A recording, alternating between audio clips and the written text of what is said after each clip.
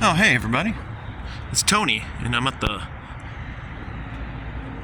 Freight of Harbors, or the Harbor Freight, and I'm gonna give you a tour of all the tools that I find absolutely indispensable to have in a shop if you're doing restorations or any kind of engine work. These tools I've found to be extremely useful, and I mean, frankly, we couldn't have done some of the things we've done without them. So let's check it out.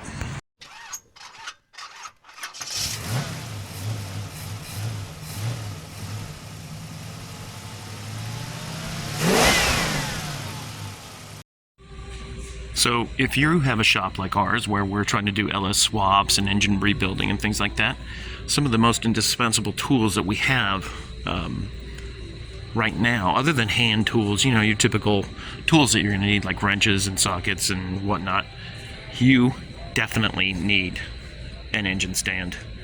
Got to get yourself a good one that's stable and reliable and can hold the size of engine that you're going to have. So engine stand, and of course hand in hand with that goes a hoist. There's absolutely no way, unless you have a forklift or something, to get your engine on and off the stand, out of the car, so on and so forth. You definitely need a hoist. And these are sometimes, I don't know, this is probably pretty obvious that you're going to need these things. So get yourself a good one. Harbor Freight has some good sales, and they've got good prices on the hoists and the stands and all that stuff. And they have kind of a variety of different kinds, some with folding legs, some without, some with the arms that come to the side, so a little more heavy duty, some less heavy duty. So make sure you pick the right one for your need and your space. Now here's another tool that I bought kind of on a whim because it was on sale. It was this little Warrior oscillating tool, and it's turned out to be a very, very handy tool. I mean, it can cut a variety of different materials, just kind of depends on what blade you get on it. You can sand, cut, scrape, all kinds of different stuff that you can do with these tools, and it's very, very handy. And the way that the tip is designed, you can kind of get it into cracks and get it into spots that you might not be able to get some other kind of hand tool into to cut something off, or like say you have a rusty nut on the end of a stud or something, you just want to simply cut it off. You know, this little guy here can get it done. Now I got this Warrior one, and it's dirt cheap. It's like, if I'm seeing this right, it's like $20, and then the batteries are not that expensive. The only downfall with this little Warrior version is that the battery does not last all that long. So, but yeah, an oscillating multi-tool, very, very, very useful. Another thing that I bought that we use a lot is our little vise. I bought a little guy because we don't have a big work table to mount a really heavy vise to, like one of these bad boys in the back. But a really good vise, almost indispensable if you're going to be doing any kind of metal work or anything like that. So get yourself a good vise.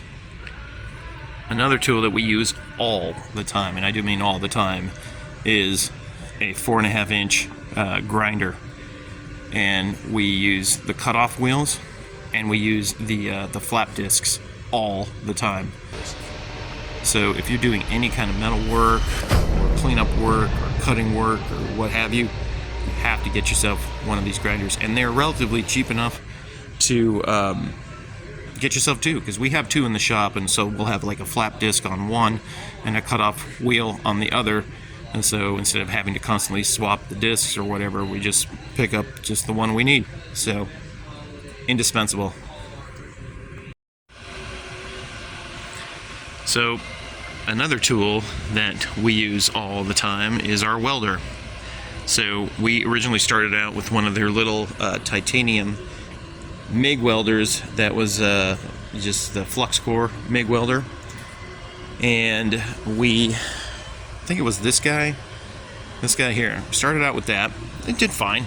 I used it to work on some of my lawnmowers at home and stuff like that, things that broke. But then we switched to a gas MIG, and I think I like that better, even though it's more expensive to use because you have to get the gas and it's a little more complicated. But it welds better. So, of Got all your hoods and masks and everything. Got your little carts up there. But yeah, we use this welder for a lot of stuff. I didn't think we would use the welder as much as we do, but so far we've used it to, I personally have used it to just fix stuff of my own at home. Like I said, the lawnmower and some other things I've welded together, and I've made some, I made a stand to hold up a joist when I was repairing a beam. So I made this stand out of metal, and I mean, it's just, having a welder is super, super handy. But as far as in the shop, I mean, for everything, you can use it for everything. You can, right now I'm building a dash using the welder.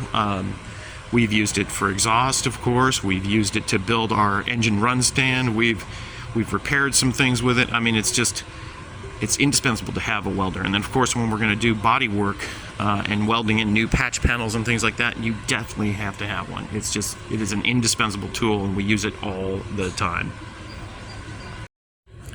So another tool, hand tool that we use, we don't use it all the time, but when we needed it, boy did we need it, because there have been some bolts that did not want to come off, some nuts that didn't want to come off. So a breaker bar. And I had to get a massive breaker bar like this to get I can't remember which bolt it was. I can't remember if it was an axle bolt. It was some kind of bolt on our, we were working on a Nissan, and it did not want to come off. So we got an absolutely humongous breaker bar like that, and it broke loose. But man, I mean, yeah, you can get a smaller breaker bar and attach a pipe to it for leverage, but some of the smaller breaker bars, we've literally twisted this end off of it, and it snapped. This part has broken, so make sure you get a good quality one, and maybe one with a good warranty.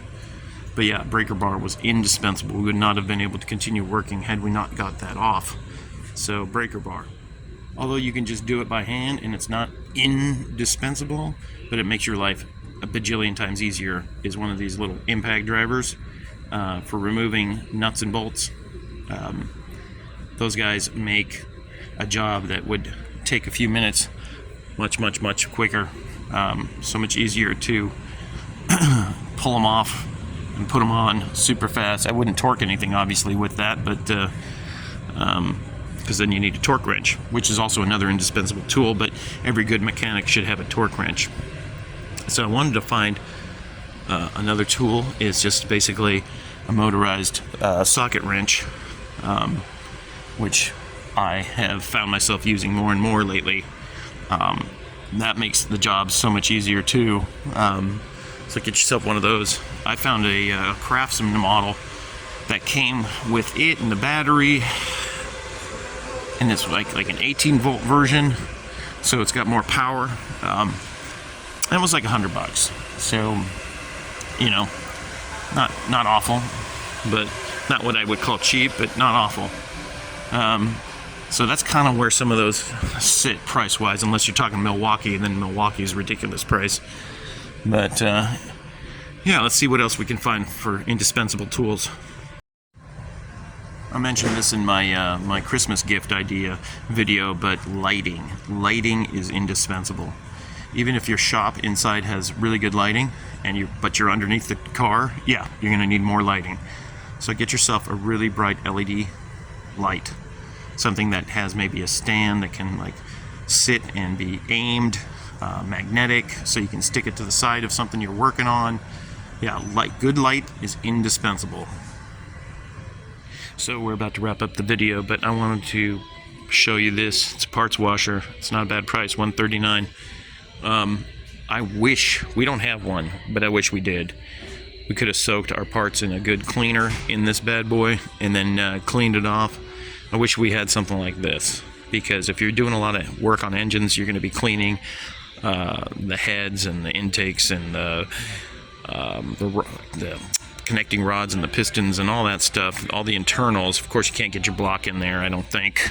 Yeah, that definitely would not fit a block. But for all the other parts, this would be great. And yeah, I would love to have something like that in our shop, but we don't have a ton of room either. But yeah, parts cleaner. Anyway, hope you've enjoyed watching this video. If you've got some indispensable tools that you want to talk about, leave it in the comments down below, and please subscribe and let me know what you think. All right, thanks for watching. Catch y'all later.